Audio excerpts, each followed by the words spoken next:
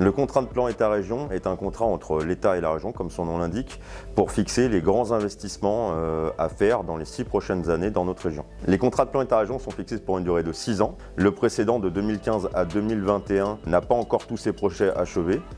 Aujourd'hui, c'est 43% des projets qui ont été finalement payés par la région et donc beaucoup de territoires sont encore en attente des paiements depuis la région.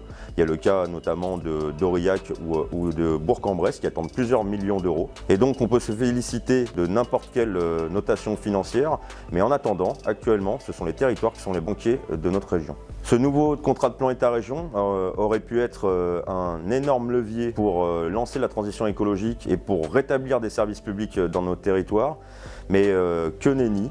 La réalité, c'est qu'aujourd'hui, le budget transition écologique au sein de ce contrat s'élève seulement à 7%. Ça montre tout l'intérêt que Laurent Wauquiez porte à ces questions-là. On y trouve des financements de routes et de canons à neige. Encore une fois, la transition écologique attendra. Le contrat de plan État-région, comme il a été présenté actuellement, ne comporte pas le volet concernant les métropoles. Les métropoles sont donc exclues de cette première phase. Une promesse est faite de voter les financements pour les métropoles dans les prochains mois. La réalité aujourd'hui, c'est que les métropoles n'ont pas été associées dans la concertation autour de ce contrat de plan État-région.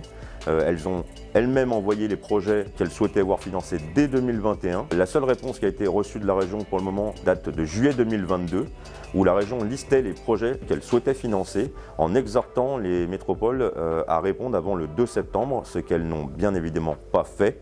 Ce n'est pas comme ça qu'on conduit une concertation avec des acteurs qui représentent 2,5 millions de nos concitoyens et concitoyennes. Quand on s'intéresse plus précisément aux conventions signées avec chaque département, on voit encore une fois que Laurent Wauquiez fait de la préférence en fonction des départements, parce que les départements d'Auvergne sont largement mieux servis que les autres départements.